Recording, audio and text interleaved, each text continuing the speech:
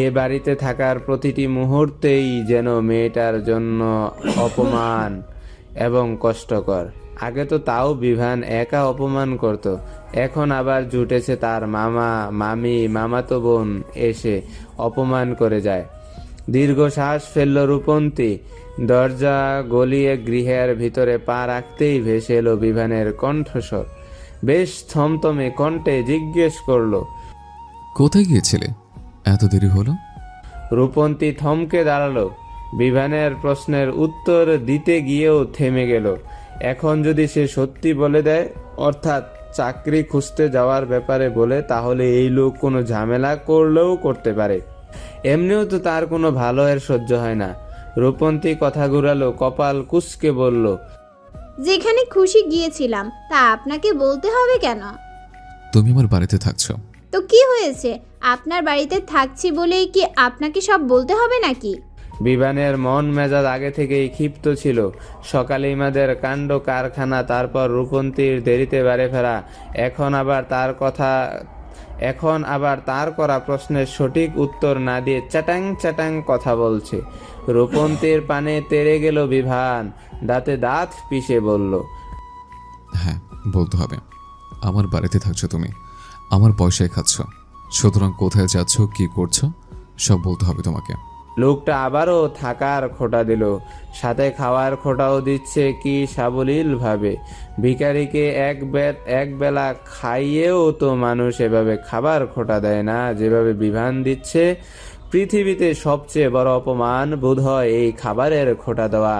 কি বিদঘুটে লাগে শুনতে, লজ্জা অপমানে মুখ মুচড়ে পড়ে হৃদয়। এতদিনের অপমান তাও একটা পদে ছিল, কিন্তু আজ এই খাবার খোঁটাটা একটু ভিন্নভাবেই আঘাত করলো রূপন্তীর হৃদয়ে। তাছাড়া সে কি ইচ্ছাকৃতভাবে খাচ্ছে নাকি বিভানের পয়সায়? রেস্টুরেন্টে চাকরি নিয়েছিল, সেখান থেকে যা পেত তা দ্বারাই তো পেট চালাতে চেয়েছিল। তারপর একটু ঠিকঠাক হয়ে হোস্টেলে সিট পেলে সেখানে উঠতে চেয়েছিল। বিভানই তো কিছু হতে দিল না, জোর জবরদস্তি করে তার চাকরিটা ছাড়ালো। এখন আবার থাকা খাওয়ার খোঁটা দিচ্ছেন, তাও তো বিনা পয়সায় খাচ্ছে না, পরিশ্রমের বিনিময়ে খাচ্ছে।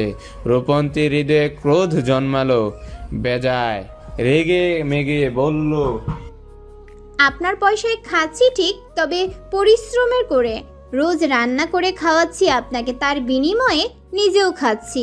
আপনি আমাকে টেকে উঠিয়ে বসিয়ে বসিয়ে আরামে খাওয়াচ্ছেন নাকি? যেভাবে খাচ্ছ আমার পয়সা তো, সুতরাং তুমি আমার সব প্রশ্নের উত্তর দিতে বাধ্য। আমি পাত্তা দেই?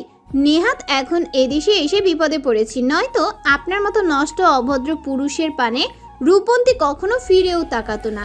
বিভানের চোখে মুখে রক্তিম আবাজ ছড়িয়ে পড়ল, ক্রোধে থর থরিয়ে কেঁপে উঠল যেন শরীর খানা।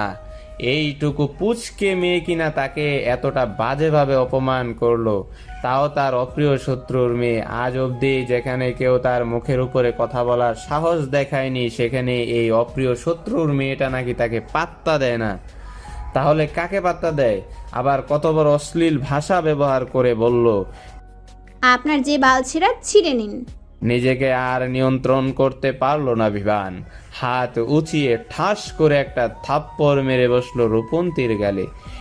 হিসিয়ে বলল, যত বড় মুখ নয় তত বড় কথা। দয়া করে থাকতে দিয়েছে, খেতে দিয়েছে, আর আমাকে বলছো পাত্তা দাও না? তাহলে পাত্তা দাও। তাহলে কাকে পাত্তা দাও? ওই এরিক আর আমাকে? বেশ জোরালে থাপ্পড়।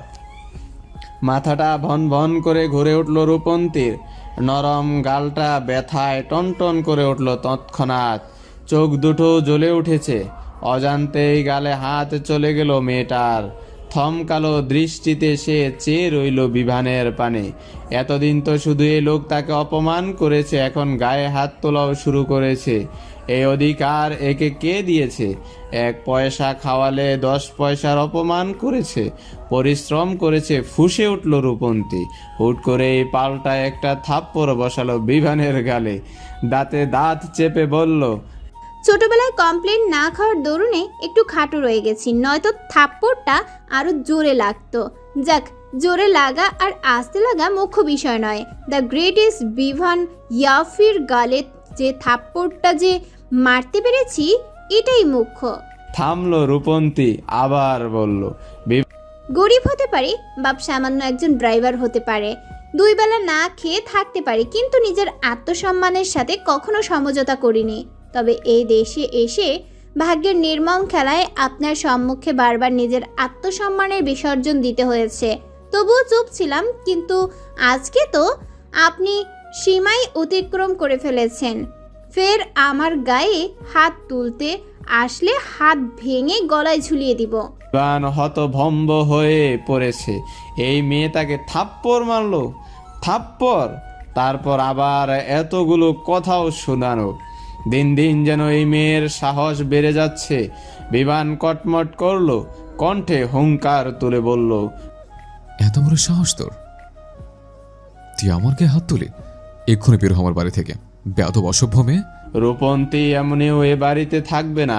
এই বাড়ি থেকে চলে যাওয়ার জন্যেই তো এত চাকরি খোঁজাখুঁজির তারা।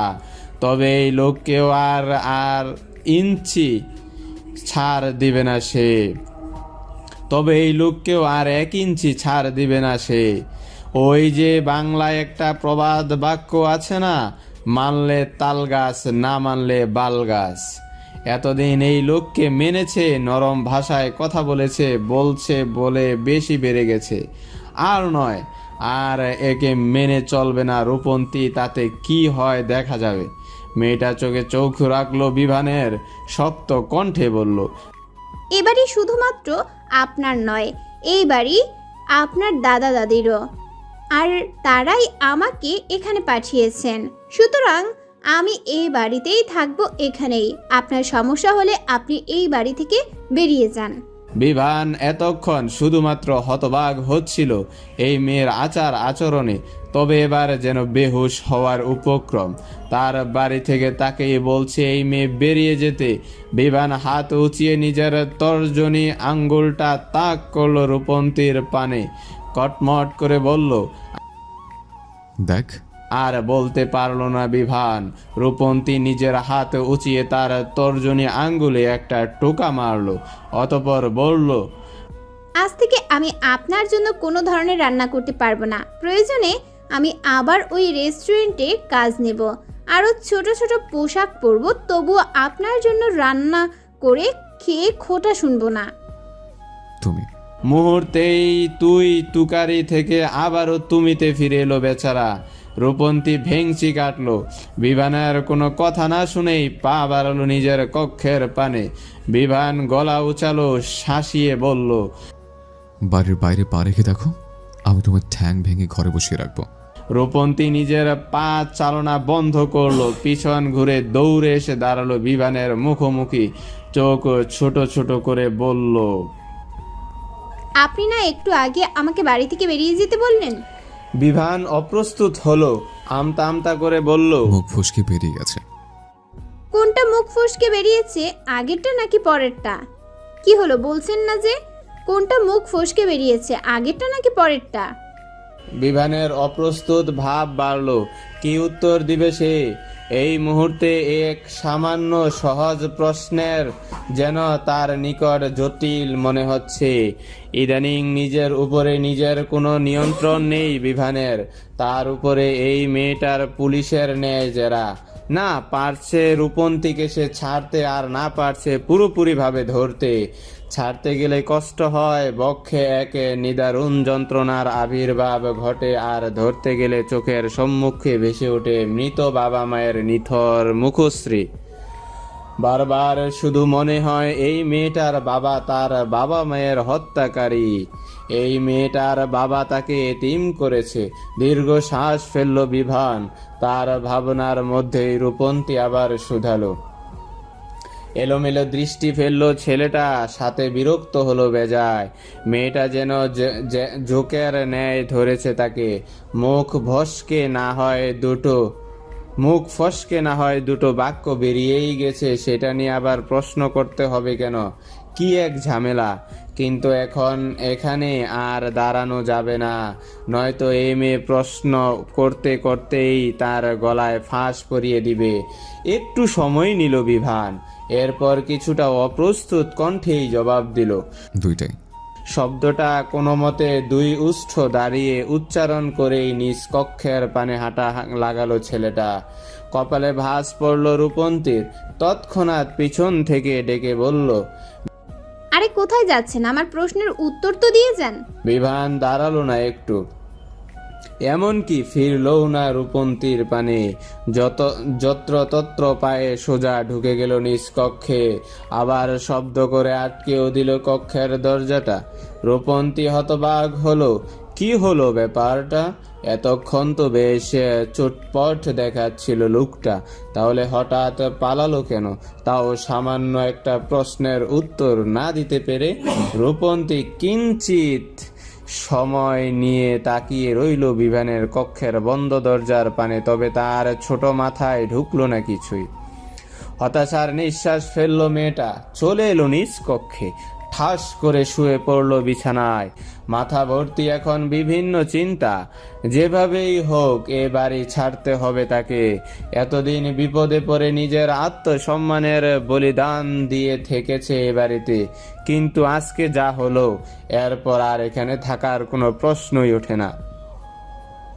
আগে তো তাও বিভান শুধু অপমান করত, কিন্তু আজ তো গায়েও হাত তুলেছে। কিন্তু সমস্যা হলো এই বাড়ি থেকে বেরিয়ে অন্য কোথাও থাকার জন্য অর্থের প্রয়োজন। একা একটা মেয়ে মানুষ হয়ে তো আর রাস্তায় থাকা সম্ভব নয়, কিন্তু এখন অর্থের যোগান হবে কোথা থেকে? দীর্ঘ শ্বাস ফেলল রূপন্তী। এ পৃথিবীতে অর্থ ব্যতীত সবাই অসহায়। দেশ থেকে আসার সময় নিজের জমানো এবং বাবা মায়ের দেওয়া যে সামান্য অর্থ এনেছিল তাতে হয়তো খাওয়াটা চলবে, কিন্তু হোস্টেলে ওঠা, বাহিরে চলাফেরা হবে না। বিছানায় উঠে বসলো মেয়েটা, বাবার কাছে একবার চেয়ে দেখবে যে সে কি বলে। অবশ্য বাবার কাছে চাইলে হাজার কষ্টে হলেও বাবা তার জন্য টাকা পাঠাবেন। মধ্যবিত্ত পরিবারের সন্তান রূপন্তী, বাবা সামান্য একজন ড্রাইভার। সারাদিন কতটা পরিশ্রম করে অর্থ উপার্জন সংসার চালায় তা সে জানে। এতদিন তাই আত্মসম্মান বিসর্জন দিয়ে হলেও এখানে থেকেছে, তবুও বাবার কাছে বলিনি। নিজের আত্মসম্মান বলিদান দিলেও বাবাকে কষ্ট দিতে চাইনি, কিন্তু এখন যে আর উপায় নেই। ব্যাগ হাতড়ে নিজের মোবাইলটা বের করে কল করলো রূপন্তী। অতপর খুব বেশি সময় না নিয়ে কল লাগালো সালাম হোসেনের নাম্বারে। সালাম হোসেন বাড়িতেই ছিলেন। এ বাড়িতে এখন শুধুমাত্র দুজন বুড়ো বুড়ির বসবাস। তারা কোথাও কাজে গেলে বা বের হলেই তার ডাক পড়ে, এছাড়া সারাদিনই বসা। হুট করে এই মোবাইলে মেয়ের কল আসতে উষ্ঠে হাসি ফুটে উঠল সালাম হোসেনের। বড় আদরের মেয়েটা তার। দেশে থাকতে সারাদিন তার আগে পিছিয়ে ঘুরঘুর করত। যেদিন থেকে রূপন্তী বাংলাদেশ থেকে ভিন দেশে পাড়ি জমিয়েছে, সেদিন থেকে যেন তার ঘরটাও খালি হয়ে গিয়েছে।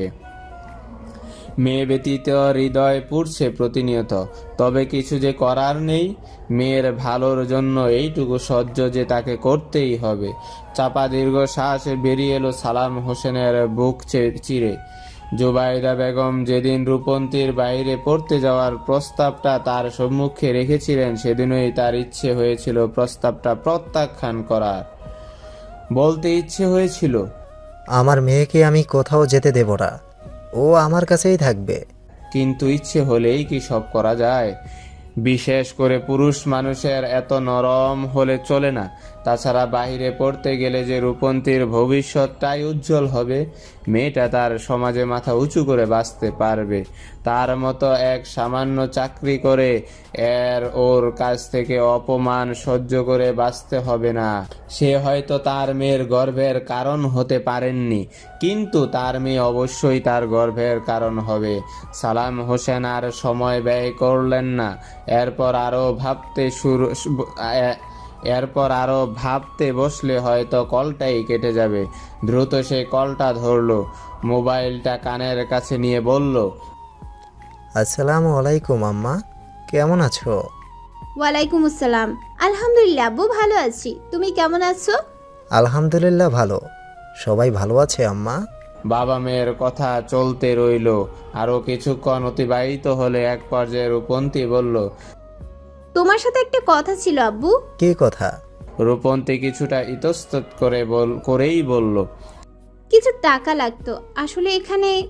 বিমানের বিষয়টা প্রকাশ করতে গিয়েও থেমে গেল রূপন্তী। এদেশে এসে সে এতটা অপমানিত হচ্ছে, কষ্ট পাচ্ছে শুনলে নিশ্চয়ই তার বাবা চিন্তা করবেন, তিনিও কষ্ট পাবেন। তাই কথা ঘুরিয়ে নিল মেয়েটা, আবার বলল। আসলে যে টাকাটা নিয়ে এসেছিলাম তাতে হচ্ছে না, এর মধ্যে কিছু বই কিনতে হবে, তাই আর কি। টাকার কথা শুনেই মুখটা চুপসে গেল সালাম সাহেবের। এই বাজারে সংসার চালাতে হিমশিম খেতে হয় তাকে, আবার মেয়েকে বিদেশে টাকা পাঠাবেন কোথা থেকে? যদিও জুবাইদা বেগম যথেষ্ট সাহায্য করেন তাদের। এই যে রূপন্তী টাকা চেয়েছে শুনলে সে টাকাটাও তিনি খুশি মনে দিবেন, কিন্তু মানুষের কাছে হাত পাততে সে লজ্জা লাগে সালাম হোসেনের। তাকে কাজে রেখেছেন জুবাইদা বেগম, সংসার চালাচ্ছেন, মেয়েকে বিদেশে পাঠিয়েছেন পড়তে, নয়তো এত ক্ষমতা তার মতো ক্ষুদ্র মধ্যবিত্ত মানবের ছিল না। এখন মেয়ের খরচটাও যদি হাত পেতে চাইতে হয়, মনে মনে বিশাল এক চিন্তায় পতিত হলেও মেয়ের নিকট তা ধরা দিলেন না লোকটা। বেশ হাসি খুশি ভাবেই বললেন। তুমি চিন্তা করো না মা, আমি অতি দ্রুত টাকা পাঠিয়ে দিব। আচ্ছা। এর মধ্যে সালাম হোসেনের নিকট এসে উপস্থিত হলেন রূপন্তীর মা। হ্যাংলো পাতলা দেহি, অনেকটা রূপন্তীর ন্যায় চেহারা তার। উৎসুক হয়ে তিনি শুধালেন। সালাম হোসেন মোবাইলটা বাড়িয়ে দিলেন স্ত্রীর পানে, অতঃপর বললেন। নাও কথা বলো। রাত্রি কিছুটা বেড়েছে, চারদিকটা শুনশান নীরবতা ছেয়ে গেছে। শুধু মাঝে মাঝে শোনা যাচ্ছে রাস্তায় চলাচলরত দুই একটা যানবাহনের ধ্বনি। বিমান দাঁড়িয়ে রয়েছে নিজ কক্ষে ড্রেসিং টেবিলের আয়নার সম্মুখে। সেই সন্ধ্যায় যে রূপন্তীর থেকে পালিয়ে কক্ষে ঢুকেছিল আর বের হয়নি, খেতেও যায়নি, আয়নার সম্মুখে দাঁড়িয়ে দাঁড়িয়ে উল্টে পাল্টে দেখছে নিজের গালটা। ফর্সা গালে রূপন্তীর ছোট হাতের 5 আঙ্গুলের দাগ স্পষ্ট, কেমন লাল হয়ে আছে গালটা, সাথে হালকা ব্যথা ব্যথাও করছে। ওইটুকু মেয়ের শরীরে এত শক্তি এলো কোথা থেকে যে তার মতো এক পুরুষকে থাপ্পড় মেরে গাল লাল করে দেয়? মেয়েটার সাহসও আছে বলতে হবে, অথচ এতদিন একদম ভালোভাবে ভাব ধরেছিল। ভোলা ভালা ভাব ধরেছিল, যেন ভাজা মাছটা উল্টে খেতে জানে না। আয়নায় নিজের গাল দেখতে দেখতে হঠাৎ বিভানের খেয়ালে এলো রূপন্তীর গালের কথা। সেও তো থাপ্পড় মেরেছিল মেয়েটাকে, বেশ জোরেই মেরেছিল। ওই মেয়েটারও নিশ্চয়ই গালে ব্যথা হচ্ছে। রূপন্তীর মতো একটা চুনুপুটি মেয়ের থাপ্পড় খেয়ে যদি তার মতো শক্তপুক্ত পুরুষের গালে ব্যথা হয়, তবে তার হাতের থাপ্পড় খেয়ে তো মেয়েটার এখন জ্বর উঠে যাওয়ার কথা। বিমানের চিন্তা হলো, আবার বিরক্ত লাগলো। শত্রুর মেয়ের জন্য এত চিন্তা আসবে কেন? তাছাড়া সে একা থাপ্পড় মারেনি, রূপন্তীও তো তাকে থাপ্পড় মেরেছে। সুতরাং হিসাব বরাবর। তবু এত অস্থির লাগছে কেন বিভানের? অনেক চেষ্টা করেও নিজেকে দমাতে পারলো না ছেলেটা। অপরাধ বোধ যেন ঘিরে ধরলো চারদিক থেকে। আর যাই হোক, থাপ্পড় মারাটা তার ঠিক হয়নি। এখন মেয়েটার কি অবস্থা কে জানে? একবার গিয়ে দেখবে কি অবস্থায় আছে মেয়েটা। পরক্ষণেই বিভানের হৃদয় ধরফরিয়ে উঠল। সেদিন রাতের কথাগুলো মনে পড়লো একটু একটু করে। সেদিন তো তাও শুধুমাত্র উন্মুক্ত পেটের একাংশ দেখে এসেছিল, আজ গিয়ে কি কি দেখবে কে জানে। না না, এভাবে রাতের আধারে একটা মেয়ের কক্ষে ঢোকাটা ঠিক হবে না। কিন্তু মন কি আর তা মানতে চায়? মনের যে নিষিদ্ধ জিনিসের প্রতি আকর্ষণ বেশি থাকে। অনেক চেষ্টা করেও নিজের মনকে নিয়ন্ত্রণ করতে পারল না বিভান। সে রূপন্তীর নিকট যেতে চেয়ে দিশেহারা হয়েছে। মানতে চাইছে না কোনো বিবেকের কথা। সোজা হয়ে দাঁড়ালো ছেলেটা। জোরে জোরে কয়েকটা নিঃশ্বাস নিয়ে বারান্দা থেকে ছুটল রূপন্তীর কক্ষের পানে। রূপন্তী গভীর ঘুমে নিমগ্ন। কক্ষে উজ্জ্বল আলো না জ্বললেও ড্রিম লাইটের আলোয় স্পষ্ট চারপাশটা মেয়েটার ঘুমের সুযোগ নিয়েই বারান্দার দরজা থেকে আস্তে ধীরে কক্ষে প্রবেশ করলো বিভান। এগিয়ে এগিয়ে দাঁড়ালো বিছানার পাশে। পূর্ণ দৃষ্টিতে রূপন্তীর পানে তাকাতেই কলিজা কাঁপলো, হৃদস্পন্দন বেড়ে গেল দ্রুততার সাথে। যা ভেবেছিল ঠিক তাই হয়েছে। আজও রূপন্তীর পোশাক এলোমেলো, কাঁধ থেকে টি শার্টটা কিছুটা নেমে ড্রিম লাইটের আলোয় উন্মুক্ত কাঁধ, পেটেরও কিছু অংশ দৃশ্যমান। ঢোক গিলল বিভান, চোখ সরিয়ে অন্যদিকে তাকানো। না, সে কিছুতেই রূপন্তীর অগোছালো পোশাকের পানে তাকাবে না। সে এসেছে শুধুমাত্র মেয়েটার গালের অবস্থা দেখতে, তা দেখেই চলে যাবে। কিন্তু বেহায়া চোখ দুটো কি আর সে আদেশ মানে? তাও আবার পুরুষালী চোখ। বিভান শেষ পর্যন্ত নিজের চোখে নিয়ন্ত্রণে রাখতে পারলই না। ঘাড় ঘুরিয়ে তাকালো মেয়েটার পানে। এই মুহূর্তে বিভানের নিজেকে ভীষণ চরিত্রহীন মনে হচ্ছে। অবশ্য রাতের আধারে যে পুরুষ অন্য নারীর কক্ষে উকিঝুঁকি মারে সে তো চরিত্রহীনই। বিভানের হৃদয়টা চিৎকার করে উঠল, ধিক্কার জানিয়ে তাকে বলল, চরিত্রহীন বিভান, সেই মনেও। তবু বিভান নিজের চরিত্র ধরে রাখতে পারল না। বেহায়া অসভ্য চোখ দুটো বারবার রূপন্তীর এলোমেলো দেহের ভাঁজেই আটকে যাচ্ছে। এত অস্থিরতার মধ্যে হুট করেই বিভানের চোখ আটকে গেল রূপন্তীর উন্মুক্ত কাঁধের পানে। কাঁধে ওটা কালো কালো কি দেখা যাচ্ছে? তিল বোধহয়, কিন্তু এত কালো কেন? বিভানের কেমন ওই কালো চিহ্নটা একটু ছুঁয়ে দেখতে ইচ্ছে হলো। ওটা আসলেই কি তিল, নাকি কোনো দাগ? খতিয়ে দেখার বাসনা জাগলো। বিবেক এ বাসনা প্রশ্রয় দিতে না চাইলেও হৃদয়ে প্রশ্রয় দিল। অবশ্য আমরা মানব সমাজ বিবেকের বিবেচনার তুলনায় মনের বিবেচনা অর্থাৎ আবেগের বিবেচনাকেই অধিক প্রশ্রয় দেই। তারপর কঠিন আকারের একটা বাঁশ খেয়ে ঠিক ঠাকভাবে হজম করতে না পেরে হতাশার সাগরে ডুবে দেই। বিভানও তার ব্যতিক্রম নয়। সেও আবেগের বিবেচনাকেই শ্রেয় মনে করে আস্তে ধীরে বসলো রূপন্তীর পাশে বিছানায়। কাঁধে থাকা চিহ্নটাকে আরেকটু ভালোভাবে দেখতে ঝুঁকে গেল মেয়েটার পানে।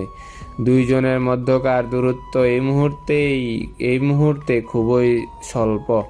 ছেলেটার উষ্ণ উত্তপ্ত নিঃশ্বাস স্পর্শ করেছে রূপন্তীর শরীরকে। ভ্রু কুঁচকে এলো বিভানের। পূর্ণ দৃষ্টিতে দেখলো চিহ্নটা।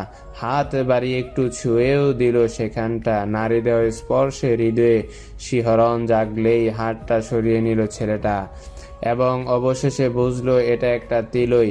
তবে ড্রিম লাইটের আলোয় তা সাধারণের তুলনায় একটু অধিক কুচকুচে বর্ণ ধারণ করেছে। অথচ সে এটা নিয়ে কত গবেষণাই না করেছে। তপ্ত নিঃশ্বাস ফেলল ছেলেটা। মাথাটা সরিয়ে নিতে চাইল রূপন্তীর নিকট থেকে। ঠিক তখনই আকস্মিক দুটো হাত এসে চমকে ধরল বিভানের মাথার চুল। হক চকালো ছেলেটা। না তাকিয়েই বুঝলো এটা কে হতে পারে। রূপন্তী বেশ শক্তপোক্তভাবেই টেনে ধরল তার চুল, সাথে চেঁচিয়ে বলল, অসভ্য বদমাইশ ভূত, আবার এসেছিস তুই? রাত হলেই শুধু মেয়েদের ঘরে উকি ঝুঁকি মারতে ইচ্ছে হয়। বিদেশের ভূতগুলো যে এত লুচ্চা হয় আগে জানা ছিল না। আজকে তোর একদিন কি আমার একদিন। বিভানের কলিজাটা ধরাস করে উঠল। আজ বুঝি মান ইজ্জত সব গেল। আর এই মেয়েরও এখনোই ঘুম ভাঙতে হলো। আর একটু পরে ভাঙলে কি হতো? এখন না পারছে কিছু বলতে, আর না পারছে সহ্য করতে। এর মধ্যে রূপন্তী যদি আবার কোনোভাবে তার মুখটা দেখে নেয় তাহলে তো আর কথাই নেই। মান ইজ্জত সব স্পেনের রাস্তায় গড়াগড়ি খাবে। বিভান নিজের মুখটা লুকানোর উদ্দেশ্যে মাথাটা আরও নিচু করলো। তৎক্ষণাৎ রূপন্তীও আরো জোরে টান দিল তার চুল ধরে। ঝাঁঝালো কণ্ঠে বলল, তোর এত বড় সাহস, তুই আমার কাঁধে হাত দিয়েছিস? তোর হাত আমি কেটে রেখে দিব, লুচ্চা ভূত। লুচ্চা ভূত? ভূত পর্যন্ত না হয় ঠিক ছিল, তাই বলে এখন সাথে লুচ্চাও বলবে? সে লুচ্চা? না, মান ইজ্জত বলতে আর কিছু রইল না। কেন যে এই রাতে এখানে আসতে গিয়েছিল কে জানে। বিবেক তাকে বারবার বলেছিল এই আধার রাতে এক নারীর ঘরে যাস না বিভান, যাস না। কিন্তু সে শুনেনি বিবেকের কথা। হৃদয়ে জন্ম নেওয়া অস্থিরতাকে লাঘব করতে আবেগে গা ভাসিয়ে ছুটে এসেছিল এ কক্ষে। এখন বুঝুক মজা। ছেলেটা চুলে ব্যথা অনুভব করলো, তবে বলতে পারলো না কিছুই। দাঁতে দাঁত চেপে সহ্য করলো সে ব্যথা। একটু মুখ খোলা মানে রূপন্তীর কাছে ধরা পড়ে যাওয়া। কি এক জ্বালা! বিভান মনে মনে সৃষ্টিকর্তাকে ডাকলো, আকুতি মিনতি করে বলল, আল্লাহ, এইবারের মধ্যে মাঝসময় সবাই কক্ষ থেকে বের হওয়ার সুযোগ দাও। আমি সত্যি করে বলছি, আর কখনো রাতের আধারে অন্তত পক্ষে রূপন্তীর কক্ষে আসবো না। অস্থিরতার এক গ্লাস পানির মধ্যে ডুবে মরবো, তবু এই কক্ষে আসবো না। বিভান মাথা নিচু রেখে হাত উঁচিয়ে নিজের চুলগুলো ছাড়ানোর চেষ্টা করলো রূপন্তীর থেকে। কিন্তু এ মেয়ে কি আর ছাড়ে? বিভান আরো বল প্রয়োগ করলো, সাথে সাথে রূপন্তীও বল প্রয়োগ করলো। বাঘিনীর ন্যায় দুই হাতে খামছে ধরলো চুলগুলো, সাথে সাথে দাঁত চেপে বলল, কি ভেবেছিস আজকেও পালিয়ে যাবি তুই? তোকে তো আজ আমি কেটে কুচি কুচি করে স্পেনের রাস্তায় ভাগ দেব। তারপর গুলিস্তানের মোড়ে বসা ফুটপাতের দোকানদারদের ন্যায় লোক ডেকে ডেকে বলবো, দেখালন 10 বাইসালন 10। সে খামচি টি শার্টের গলায় না লেগে লাগলো বিভানের গলায় উন্মুক্ত স্থানে। সাথে সাথে জ্বলে উঠল স্থানটা। বোধহয় রক্তও বেরিয়েছে। তবে সেদিকে তাকানোর সুযোগ না নে এই মুহূর্তে। যেভাবেই হোক এ কক্ষ থেকে পালাতে হবে তাকে। বিভান দৌড়ে গেল বারান্দায়। রূপন্তী তাকে ধরা ছোঁয়ার আগেই লাফিয়ে পড়ল নিচে। চমকে উঠল রূপন্তী। কোনো মানুষ তার সামনে থেকে এভাবে লাফ দিল, তাও 2 তলার উপর থেকে। আস্ত আছে তো লোকটা।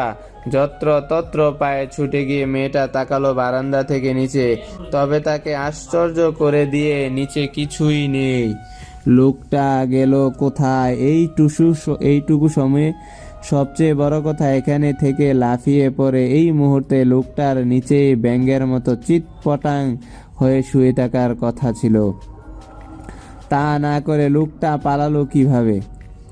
রূপন্তীর কপালে ভাঁজ পড়ল।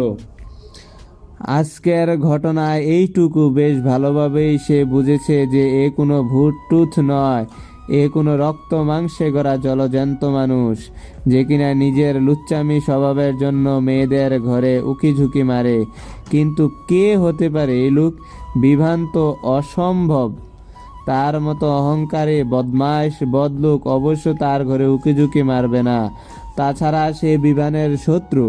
আজকে যা ঘটনা ঘটলো, মারলো পর্যন্ত, তারপর তো তার ঘরে আসার কোনো মানেই হয় না। তাহলে বাকি রইল এরিক আর হ্যারি। এতদিন তো তাদের ভালোই মনে হয়েছিল রূপন্তীর। তাদের মধ্যে কি কেউ এমনটা করতে পারে? করলেও করতে পারে। আজকাল বিশ্বাসযোগ্য আছে কে? তাও আবার অপরিচিত বিদেশের মাটিতে। আচ্ছা, এ বিষয়ে বিভানের সাথে একবার কথা বলে দেখবে রূপন্তী। অবশ্য কথা বলে লাভ কি?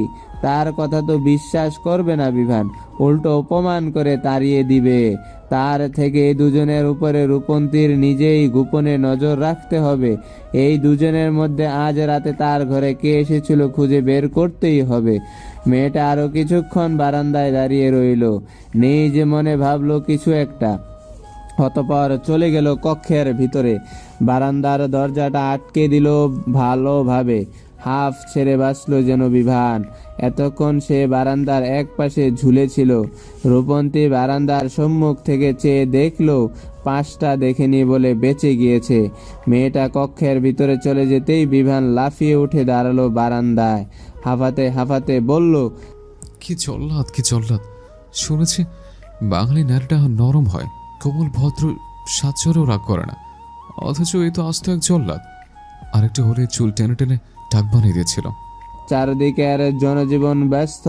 নিজেদের জীবিকা নির্বাহের উদ্দেশ্যে সবাই সবার কর্মে লিপ্ত। আর যারা কর্মে লিপ্ত নয় তারাও বাইরে হাসি ঠাট্টায় মত্ত। তবে ঘরের কোণে বসে রয়েছে সালাম হোসেন। মাথা ভর্তি এখন তার চিন্তা। মেয়ে টাকা চেয়েছে, বিদেশের বাড়িতে অল্প স্বল্প 2-4 হাজার টাকা পাঠালেও তো হয় না, আর মেয়েটাকে টাকা না পাঠালেও তো নয়। কিন্তু এত টাকা এই মুহূর্তে পাবেন কোথায় তিনি?